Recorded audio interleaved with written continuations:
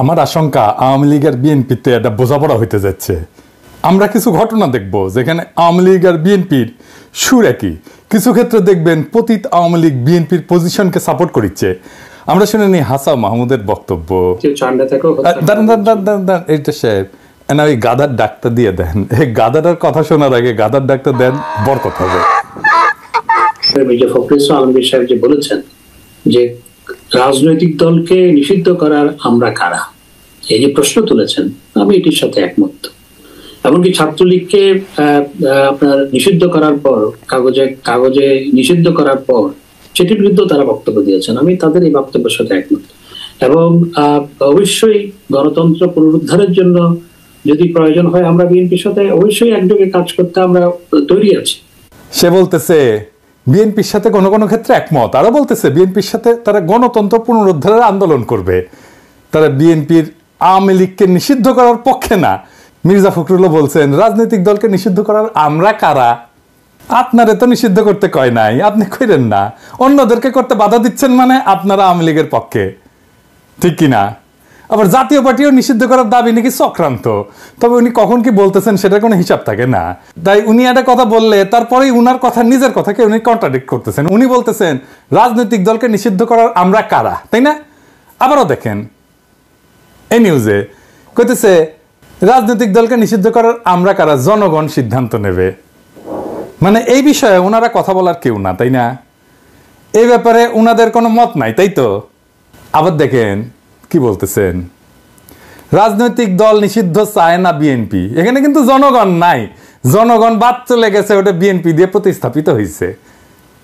তার মানে বিএনপি রাজনৈতিক দল নিষিদ্ধ চায় না, একবার জনগণের কাঁধে চাপাই দিল, আমরা কারা নিষিদ্ধ করার, এটা জনগণ করবে।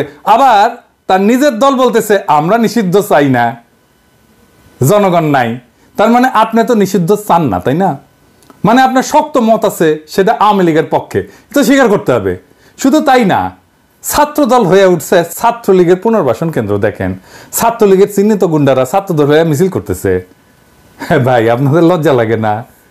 আরো আছে বিএনপির মাহমুদ্দিন খোকন, সিনিয়র নেতা গলে, আইনজীবী নেতা, সুব্রত চৌধুরী, কামাল হোসেন, তারপরে সৈয়দ আনোয়ার হোসেন, যে ইতিহাস বিকৃতিকারী এবং আওয়ামী লীগের ১ নাম্বার লেসপেন্সার, লুকাইছিল কলে, আবার সরব হচ্ছে।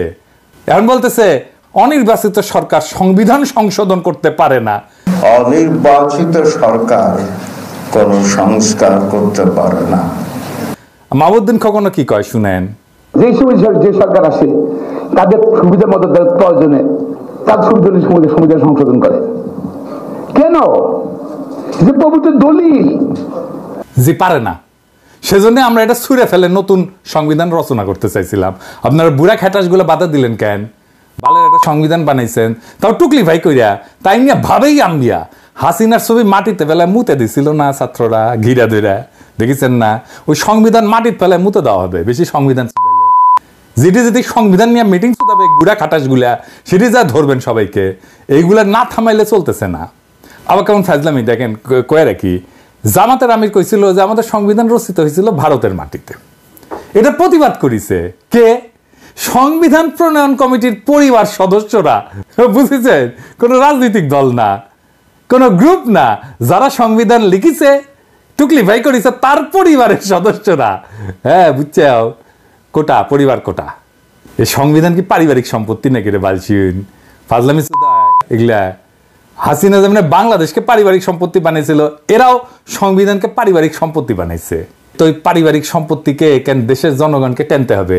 যাই হোক, ফিরে আসি আওয়ামী রাজনীতির পুনর্বাসন প্রসঙ্গে। কেন বিএনপি আওয়ামী রাজনীতির অবসান বা নিষিদ্ধ চায় না, এমনকি চায় পারলে তাদেরকে পুনর্বাসন করে? এইখানে বিএনপির রাজনীতিটা কি?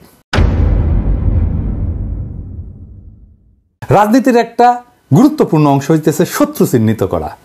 আপনারা দেখবেন অনেকে আমার সম্পর্কে অনেক কিছু বলে, আমি তাদের কিছুই বলি না, তার মানে আমি তাদেরকে শত্রুর মর্যাদা দেই না। আবার কেউ কিছু না বললেও আমি তাদের শত্রু বানাই দিই, তাই না? হ্যাঁ, আমার হয়তো কিছুই বলে নাই সে, বা সে আমার সাথে শত্রুতামূলক আচরণও করে নাই। ধরেন আমি প্রফেসর ইউনূসের প্রেস সচিব শফিকুল আলম রে গণশত্রু বলছি, তাই না? হ্যাঁ, গণশত্রু একটা সিল মেরে দেন, হ্যাঁ দেন না, মেরে দেন, না কইরেন না, মেরে দেন, দেন না, মেরে দেন, না কইরেন না, হয়েছে। যাই হোক, সেগুলো আমাকে কিছু কয় নাই। আমাকে সম্মান করে কথা কয়, কিন্তু আমি তারে বলছি, কারণ সে আমার চিহ্নিত শত্রু। প্রথম আলোর পক্ষে দাঁড়িয়েছে, প্রথম আলো কিন্তু আমার পিছে আঙুল দেয় নাই কলে। আমার ব্যক্তিগতভাবে আমার কোনো সমস্যা নাই, কিন্তু প্রথম আলোর ডেইলি স্টারে আমি রাজনৈতিক শত্রু ঘোষণা করছি। এটাই রাজনীতি। রাজনীতিতে শত্রু লাগে, আপনার শত্রু চিহ্নিত করতে হবে, বলে দিতে হবে আমার শত্রু, আমি এর বিরুদ্ধে লড়াই করতেছি। সেই শত্রু চিহ্নিত করাটাই রাজনীতি। কমিউনিস্টদের শত্রু পুঁজিপতি, তাই না? আওয়ামী লীগের শত্রু জামাত বিএনপি, বিজেপির শত্রু মুসলমান, ইন্ডিয়ার শত্রু পাকিস্তান, বাঙ্গু সুশীলদের শত্রু পিনাকি। ঠিক ধরেছেন, ঠিক আর কি, বুঝছাও? তো এখন যেমন আওয়ামী লীগ চাইতেছে শত্রু হিসাবে বিএনপি যেন তাদেরকে সিলেক্ট করে, তাদেরকে পছন্দ করে, এবং বিএনপিও সেটাতে সাই দিতেছে মনে হইতেছে। এমনকি হাসিনার হাতে বিএনপির হাজারো শহীদ, তার রক্তকেও বিএনপি আমলে নিতেছে না। এটার মাঝে যা কি, কেন বিএনপি এটা করতেছে? এটা বুঝতে হলে বাংলাদেশের রাজনীতির ন্যারেটিভ দিয়ে বুঝতে পারবেন না। এইটা বুঝতে হলে কালচারাল, ক্লাস, ইডিওলজি এগুলো দিয়ে বুঝতে হবে। কমিউনিস্টরা এটা ভালো বোঝে আর কি। কমিউনিস্টরা বলে শ্রেণীর রাজনীতি, আসলে আমরা বুঝেনি। কমিউনিস্টদের আইডিওলজির জন্য, কমিউনিস্টদের ভোকাবুলারির জন্য, ওদের বাক্য জন্য এটা ফেলাই দিয়ে না, বোঝার জন্য কাজে লাগে কিন্তু ওদের অ্যানালাইসিসের পদ্ধতি। আওয়ামী লীগ আর বিএনপির মধ্যে তফাৎ কি আছে? কোনো তফাৎ, খুব বড় কোনো তফাৎ আছে? না, নাই। মোটা দাগে বিএনপি আর আওয়ামী লীগ একই ক্লাস, একই ধরনের লোক করে। মানে যে আজকে আওয়ামী লীগ করেছিল, সে যদি কালকে যে বিএনপি করে, খুব বেশি অসুবিধা হবে না কলে। অ্যাটলিস্ট লিডারেরা একই ক্লাস। সেজন্য দেখেছেন তো ছাত্রলীগ ছাত্রদলের মধ্যে ঢুকে গেছে, এমনকি ছাত্রলীগ ছাত্র ইউনিয়নের মধ্যে ঢুকে গেছে। কমিউনিস্টদের ভাষায় এটা শ্রেণী, মানে ক্যাপিটালিজমের পক্ষে তারা, পুঁজিবাদের পক্ষে, তাই না? মুক্তিযুদ্ধের পক্ষে, ওয়েস্ট ঘেঁষা, পশ্চিম ঘেঁষা, ভারতের সাথে সম্পর্ক রাখার জন্য দেওয়ানা। আরবান এলিট মানে শহুরে এলিট, মধ্যবিত্ত, liberal secular bourgeois party. Liberalism কি সেটা তো আমি বলছি আগের এপিসোডে, ট্রাম্পকে নিয়ে বলছি, তাই না? আর কি বলবো? ধরেন হাসিনার শাসন চলে যাওয়ার পরে যারা বিভিন্ন জায়গায় চাঁদাবাদী জগলদারি করতো, সেগুলো কারা নিছে শুধু আপনারা জানেনই। আমি ওইগুলো বলে তিক্ততা বাড়াইতে চাই না। তাহলে বুঝেছেন তো, এই দুইটা আওয়ামী লীগ আর বিএনপি একই ধরনের লোকজন করে কলে, বুঝছাও? এই দুইটা হইতেছে মেলায় হারায় যাওয়া দুই ভাই আর কি। হ্যাঁ, তো এখন বিএনপির ডর, এটা বিএনপির ডর শুধু না, এটা ভারতেরও ডর, ভয়, এবং আমেরিকার পশ্চিমেরও ভয়। সেটা হইতেছে ইসলামপন্থীরা এরা উঠে আসতেছে। আর যদি সাথে লীগ না থাকে, বিএনপি এটা একলা সামলাতে পারবে না।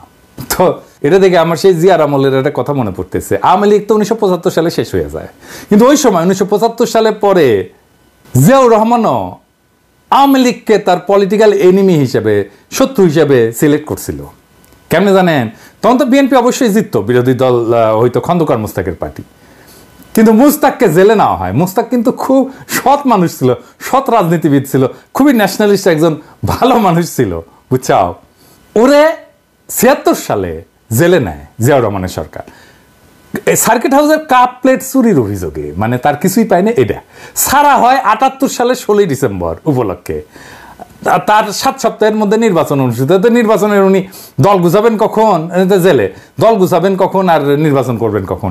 খন্দকার মুস্তাক যেন দল গঠন করতে না পারে, সেজন্যই তাকে 76 সাল থেকে জেলে নেওয়া হয়। জাসদের মূল নেতাদেরকেও জেলে রাখা হয়। জাসদ 8টা আসন পাইছিল, 39টা আসন পাইয়া আওয়ামী লীগ বিরোধী দল হয়। খন্দকার মুস্তাক যদি বেড়ে থাকতো না, তাহলে কলে আওয়ামী লীগ বিরোধী দল হইতে পারতো না। খন্দকার মুস্তাক দল করে নির্বাচন করতে পারলে আওয়ামী লীগের অবস্থানটাই উনি নিতেন। কারণ কি? আওয়ামী লীগের ভোটের বেশিরভাগই তো উনি পাইতেন। উনি তো আসলে আওয়ামী লীগার। উনার ভোটারেরা মুসলিম লীগকে ভোট দেয়, 20টা আসন পায় মুসলিম লীগ ওই নির্বাচনে। তারপরে তো হাসিনারে নিয়েই আসলো জিয়াউর রহমান। তারপরে লীগ আরো বড় দল হইতে তো সাহায্য করছে, এটা তো বিএনপি সাহায্য করছে। জিয়াউর রহমান যা করছিল সেটার কিছু ব্যাখ্যা আছে কেন করছিল। কারণ তখন কিন্তু ইসলামপন্থীরা ছিল না, এখনকার মতো শক্তিশালী ছিল না। ওই সময় শক্তিশালী ছিল কারা? যারা বাম রাজনীতি করত, আর পাকিস্তানপন্থী কিছু দলটল ছিল আর কি। মুসলিম লীগও তখন শক্তিশালী ছিল। এই দুইটারে মোকাবেলা করতেই আওয়ামী লীগকে সিলেক্ট করছিল জিয়াউর রহমান তার দুশ্মন হিসাবে, তার শত্রু হিসাবে, তার রাজনৈতিক শত্রু হিসাবে। এই কারণে জিয়ার এই সিদ্ধান্তে আমাদের সমালোচনা করার সুযোগ কম। কারণ বাকশাল উৎখাতের পরে বড় লিবারাল ডেমোক্রেটিক পলিটিক্যাল পার্টি তো ছিল না। বিএনপি মাত্র পয়দা হয়েছে, আর লীগের খারাপরা তো মরছে, পলাইছে, তাই না? আর জিয়া কেমনে বুঝবে যে হাসিনা তার বাপের চাইতেও খারাপ হবে, তাই না? তো বুঝতে পারে নাই। সেই জামানায় জিয়া রহমান যে চিন্তা করছিল, যে পলিসি নিয়েছিল, সেইটা আজকার বিএনপির চিন্তারে হালাল করতে পারে না। কারণ এখনকার পলিটিক্যাল সিচুয়েশন এমন যে আওয়ামী লীগের পলিটিক্যাল জমিন দখল নিতে ছাত্ররা আছে তো। আর ইসলামপন্থীদের ব্যাপারে বিএনপি যে হিসাব করে, ওয়েস্ট যে হিসাব করে, এমনকি ইন্ডিয়া যে হিসাব করে, সেই হিসাবটা ভুল। কেন ভুল এটা একটু বুঝায় কই। আমি জামাত নিয়ে কথা বলি। জামাত তো সবচেয়ে সংগঠিত ইসলামপন্থী দল, তাই না? ভোট আছে, ভোট করছে। জামাত একটা লিবারেল বুর্জোয়া ডেমোক্রেটিক দল। ভোটে জিতে তারা ক্ষমতায় যেতেছে, তাদের কোনো বৈপ্লবিক কর্মসূচি নাই গেলে। এইখানে জামাতের রাজনীতির যে মেইন কন্ট্রিবিউশন সেটা কি, মাহমুদুদ্দিন সাহেবের ক্রুশিয়াল কন্ট্রিবিউশন কি, সেটা বুঝলে জামাতের রাজনীতি যে আসলে লিবারেল বুর্জোয়া রাজনীতি এটা বুঝতে পারবেন। জামাতের রাজনীতিটা আসলে কি। জামাত হয়তো অন্যভাবে ব্যাখ্যা করবে, এটা আমি আমার ব্যাখ্যা দিতেছি। জামাত এটার সাথে একমত নাও হইতে পারে, কিন্তু আমার ব্যাখ্যাটা দেখবেন যে আমার ব্যাখ্যাটা জামাত যে রাজনীতি করে সেটা খুব সহজে বোঝার জন্য খুব সুবিধাজনক। মাহমুদুদ্দিন সাহেব যেটা বলছিলেন সেটা এরকম যে লিবারেল ডেমোক্রেসি এটা ঠিক আছে, ভালোই, কিন্তু এটা কাজ করে না, ফাংশন করে না। কেন কাজ করে না? ওনার তত্ত্ব হচ্ছে যারা এই শাসনটা চালায় তারা অসৎ। যেখানে সৎ লিবারেল ডেমোক্রেটরা আছে, যেখানে দুর্নীতি কম, সেখানে লিবারেল ডেমোক্রেসি কিন্তু ভালো ফাংশন করে। কথাটা কিন্তু সত্য। ওনার এই অবজারভেশন ইজ ভেরি রাইট। তাই ওনার কথা হচ্ছে লিবারেল ডেমোক্রেসি থাকবে, কিন্তু এটা শাসন করতে হবে সৎ লোক দিয়া। এখান থেকেই আসছে জামাতের স্লোগান, আল্লাহর আইন চাই, সৎ মানুষের শাসন চাই। তার মানে লিবারেল ডেমোক্রেসি চাই, কিন্তু এটা হইতে হবে সৎ মানুষ দিয়া পরিচালিত। ওই সৎ লোক তৈরির কারখানা হইতেছে জামাত শিবির, বুঝছাও? ওরা কিন্তু এই যে সততার স্কুলিংটা ভালো করে করে, আপনাদের স্বীকার করতে হবে, আপনারা ওরা পছন্দ করেন বা না করেন। সততায় অনেক উঁচু মানের নেতা কর্মী তারা তৈরি করতে পারছে, হয়তো সবাই না, কিন্তু উল্লেখযোগ্য মাত্রায় তুলনামূলক সৎ মানুষ আপনি জামাইতে পাবেন। আপনি দেখবেন অনায়াসে তাদের সাথে টাকা পয়সা নিয়ে ডিল করতে পারবেন, কোনো সমস্যা হবে না, কখনো তো হবে না এরা। তাই পলিটিক্যাল এনিমি বাঁচার ক্ষেত্রে বিএনপির আশঙ্কাটা ফালতু। আওয়ামী লীগের চাইতে বেটার আওয়ামী লীগ দেশের পলিটিক্যাল সিনারিওতে হাজির আছে। বিএনপির উচিত হবে জামাত এবং ছাত্ররা যেন মেল পলিটিক্যাল শত্রু হয় তাদের, এমনটা যেন তারা ভাবতে পারে, তারাই যেন বিরোধী দল তৈরি করতে পারে। আমি বিএনপির শীর্ষ নেতাদের বলছি যে আপনারা শুধু আগামী সরকারই গঠন করবেন না, আপনারাই নির্ধারণ করতে হবে আপনারই যে আগামীর বিরোধী দল কে হবে। আপনার বিরোধী দল করতে হবে জামাত এবং ছাত্রদেরকে। তাই জিয়াউর রহমান যেভাবে তার পলিটিক্যাল শত্রু দুশ্মন সিলেক্ট করছিলেন, ওইটারে কপি করলে এখন ভুল হবে। আপনার জিয়াউর রহমানের ভিশন এবং শাসনকে অনুসরণ করেন। পলিটিক্যাল দুশ্মন উনি কারে সিলেক্ট করছিলেন সেটারই যদি কপি করতে যান তাহলে আমসালা দুইটাই যাবে। এবার আসেন দেখি ছাত্রদের নিয়ে বিএনপি রীতিমতো তো যুদ্ধে নামছে। ছোটখাটো নেতারা কইলে কথা আছিল, কিন্তু বড় নেতারা কথা কইতেছে। এই যে কথা কইতেছে এটা কিন্তু বিরোধী দল বানানোর কেচ্ছা না, এটা বড় কিছু। সেটা কি আমরা পরে দেখবো, তার আগে আমরা দেখে নেই মির্জা আব্বাস কি বলছে। আমরা ওদেরকে শুধু একটু বলতে চাই যে বাবা তোমরা যাই করতেছো একটা কথা মনে রাখো, বাবার আগে যদি ছেলে হাঁটে তাহলে কিন্তু ওই দেশ এবং ওই জাতি কিন্তু শেষ। এই কথাটা মনে রাখতে হবে। বাবাকে আগে হাঁটতে দাও, পরে তোমরা হাঁটো। বাবার কাছ থেকে শেখো কিভাবে হাঁটতে হয়, কোন রাস্তায় যেতে হয়, কিভাবে কথা বলতে হয়, শিখে নাও। বলে ফেললেন সংবিধান সংশোধন করে যাবে। আপনারা সংবিধান সংশোধনের জন্য সাজেশন দিতে পারেন, সংবিধান সংশোধন করার জন্য আপনারা কি? উনি বলতেছেন ছাত্ররা বাপদের চাইতে সামনে আগায় গেলে নাকি দেশ ধ্বংস হয়ে যাবে। এটা কেন বললেন সেটা আমাদের বুঝে দেখা দরকার আছে। আসেন সেটা একটু বুঝে দেখি। প্রথমত আমি ওনার প্রতি শ্রদ্ধা রেখেই বলতেছি বিনয়ের সাথে। মির্জা ভাইকে আমি খুবই পছন্দ করি। উনি আমার সাথে নানা সময় কথাবার্তা বলেন এবং ওনার সাথে আমার যোগাযোগও আছে। কিন্তু এটা আমি বলতে বাধ্য হইতেছি যে সমাজ সভ্যতা সম্পর্কে আপনার এই বক্তব্য এটাই বুঝাইবে যে সমাজ সভ্যতা এগুলো অগ্রসর হওয়া সম্পর্কে আপনার আন্ডারস্ট্যান্ডিং খুব দুর্বল। সন্তানকে তো বাপের চাইতে আগায় থাকতে হবেই। বাপের চাইতে সন্তান স্মার্ট, অগ্রসর, মেধাবী, কর্মঠ না হইলে সমাজ সভ্যতা আগাইবে কেমনে? আব্বাস ভাই আপনারে কই, দুনিয়াতে দুইটা পরাজয় গৌরবের, একটা ছাত্রের কাছে পরাজয় আর একটা সন্তানের কাছে পরাজয়। আপনার পোলা যদি আপনারা পরাজিত করে ফেলেন এর চেয়ে বড় গৌরব তো পিতা হিসেবে আর কিছু হইতে পারে না রে ভাই। আপনি তো নিজে বলছিলেন 28 অক্টোবর মৃত্যু ভয়ে দাঁড়াইতে পারেন নাই, বলেন নাই, অন্যরকম হইতো সিনারিও। কিন্তু আজ যারা মৃত্যু ভয় উপেক্ষা করে একটা বিজয় ছিনে আনলো তাদের সাথে আপনি লড়াই করতেছেন, এদিকে আপনার মানায়? এটা এই লড়াইয়ে তো আপনি জিততে পারবেন না। আপনি কোনোদিন তরুণদের সাথে জিততে পারবেন না, এটা মাথায় রেখেন। আপনি যত সিনিয়র হন, যত অভিজ্ঞ হন, আপনি তরুণদের সাথে জিততে পারবেন না, ছাত্রদের সাথে হেড অন কলিশনে যান না, এটা অনর্থক। কিন্তু কথা হইতেছে উনি কেন ছাত্রদের নিয়ে এরকম কথা বললেন? ছাত্র জনতা তাদের সর্বোচ্চ শক্তি, সাহস এবং বিপ্লবীপনা দিয়া জুলুমের প্রতিরোধ করছে এবং হাসিনার মতো একটা দানবরে উৎখাত করছে, ফ্যাসিবাদী দানবরে। এমনকি এই যে আইন ব্যবস্থা তৈরি করছিল সেটাকে উৎখাত করছে। পুলিশ মারা গেছে, প্রতিরোধ যুদ্ধে নিহত হয়েছে, অনেক পুলিশ মারা গেছে। জনগণ দেখাই দিছে যে সার্বভৌমত্ব, জনগণের ক্ষমতা, এটা সংবিধানে থাকে না, গণভবনে থাকে না, জাতীয় সংসদে থাকে না, কোথাও লেখা থাকে না। এমনকি মির্জা আব্বাসের বলা ওই যে কথাটা আছে না যে সংবিধান কি এটা রাফখাতা, এটা মুছে ফেলবো, আসলেই রাফখাতা সংবিধান। কারণ সংবিধান তো সার্বভৌম না, ক্ষমতা হচ্ছে জনগণ, জনগণ সার্বভৌম। জনগণ না চাইলে রাষ্ট্র শাসন করার ক্ষমতা কারো নাই। এমনকি পুলিশ যদি জুলুম করে জনগণ তাকে শাস্তি দিতে পারে, সেই শাস্তি কত নির্মম ভয়ানক হইতে পারে আমরা এটা দেখছি। মাইরে পা উপর দিকে তুলে টেঙ্গে রাখছে, বিচারপতি জুলুম করলে তারও বিচার করতে পারে।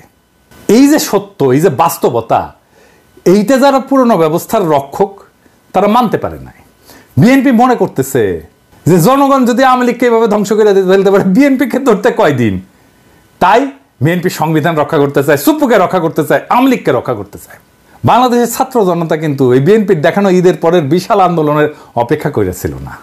এমনকি আপনাদের বিএনপির নিজের দলের কর্মীরা অপেক্ষা করে নাই, তারা এই ছাত্রদের আহ্বানে পথে নামছে, কাতারে কাতারে জীবন দিছে। আপনারা তো ভুট্টো সাহেবের মতো রিয়ালিটি মানতে পারতেছেন না। রিয়ালিটি মেনে নেন। রিয়ালিটি হইতেছে 5টা, মেনে নিলে আপনাদেরই লাভ। কি কি? 1, আওয়ামী লীগকে নিষিদ্ধ করতে হবে, সুপ্পু সহ হাসিনার ফ্যাসিবাদী শাসনের অবশিষ্টাংশ দূর করতে হবে। 3, সংবিধান ছুঁড়ে ফেলে দিতে হবে। 4, ভারতীয় আধিপত্যবাদের বিরুদ্ধে স্পষ্ট অবস্থান নিতে হবে। 5, জনগণ শুধু ভোটের অধিকারের জন্য জীবন দেয় নাই, একটা নতুন রাষ্ট্রের জন্য জীবন দিচ্ছে, এটা মাইনে নিতে হবে। আমি আমার এপিসোডের শেষে একজন করে শহীদের গল্প বলি, আজকেও একজন শহীদের গল্প বলবো। বিকেল 5:30টার মতো বাজে, ছেলে সাগর ফোনে জানায়, আব্বু আমাদের এখানকার অবস্থা ভালো না, আমাকে বিকাশে 1000 টাকা পাঠাও। আমি তখন কলাম, মনিরে সাবধানে থেকো। ফোনের কথা শেষ করেই নাড়ুয়া বাজারে যাই, বিকাশে টাকা পাঠায়, সাইকেলে বাড়ি ফিরতে ফিরতে টাকা পাইছে কিনা নিশ্চিত হতে ফোন করি, কিন্তু ফোন আর ধরে না। তখন থেকে আমার বুকটা কেমন যেন করতেছিল। মাগরিবের নামাজ শেষ করে সালাম ফেরানোর সময় পকেটের ফোন বাইজা ওঠে, মনটা কেমন আটকে ওঠে। আমার মেয়ে মুসমি ফোন করে বলে, আব্বু বাড়ি এসো। বাড়ি এসে দেখি সব এলোপাথারি, কেউ কিছু বলতেছে না। বড় জামাতা রঞ্জু এদিক সেদিক করতেছে।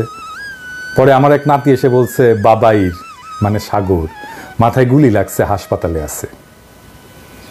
কথাগুলো বলছিলেন ঢাকার মিরপুর 10 নম্বর গোল চত্বরে 19 জুলাই বিকেল আন্দোলনের সময় গুলিবিদ্ধ হয়ে নিহত সাগরের বাবা কৃষক তোফাজ্জল হোসেন, রাজবাড়ীর বালিয়াকান্দি উপজেলার নাড়ুয়া ইউনিয়নের টাকাপোড়া গ্রামের দরিদ্র কৃষক তোফাজ্জল হোসেন, ছেলে সাগর আহমেদ 22 বছর বয়স, মিরপুর সরকারি বাংলা কলেজের রাষ্ট্রবিজ্ঞান বিভাগের স্নাতক 2য় বর্ষের শিক্ষার্থী ছিলেন। 20 জুলাই সন্ধ্যায় নিজ গ্রামে সাগরের লাশ দাফন করা হয়। তোফাজ্জল হোসেন বলেন, যখনই কথা হতো তখনই সাগর বলতো, আব্বু তোমাকে আর রোদে পুড়ে মাঠে কাজ করতে হবে না, চাকরি করে তোমাদের ঢাকায় নিয়ে যাব। আমার মানিক হোটেলে কাজ করত, রাতে মেসে ফেরার সময় কিছু খাবার নিয়ে আসতো, রাস্তায় থাকা মানুষকে দিত। তিনি জানান, 19 জুলাই সকালেও মা বাবার সঙ্গে সাগরের কথা হয়। সাগর ওর মাকে বলে, ঢাকার পরিস্থিতি ভালো না, আমার জন্য দোয়া করো, আন্দোলনে যাব। তখন মা বলেছিল, যেও না বাবা। তখন তোফাজ্জল বলেছিল, ও যাবে, না গেলে মুনাফিক হয়ে যাবে। তখন মায়ের কাছে দোয়া চেয়ে সাগর বলে, মা তোমার সাগরের জন্যে না, লক্ষ সাগরের জন্য দোয়া করো। তরুণদের এই অশ্রু ঘাম আর রক্ত তো আপনাদের ভোটে জিতে ক্ষমতায় বসার জন্য দেয় নাই। এই রক্ত অশ্রু ঘাম চুপ্পুকে রাষ্ট্রপতি রাখার জন্য দেয় নাই। এই রক্ত অশ্রু ঘাম সাংবিধানিক ধারাবাহিকতা রক্ষার জন্য দেয় নাই। এই রক্ত অশ্রু ঘাম সেই সংবিধানকে রক্ষা করার জন্য দেয় নাই যেই সংবিধান ফ্যাসিবাদের জন্ম দিছে। এই রক্ত তো ছাত্রলীগকে ছাত্র দলে ঢুকানোর জন্য দেয় নাই। এই রক্ত তো আওয়ামী লীগের ফেলে যাওয়া সাম্রাজ্য দখলের জন্য দেয় নাই। জনগণের কাছে, ছাত্র জনতার কাছে, বাংলাদেশের তারুণ্যের কাছে প্রশ্ন রেখে গেলাম।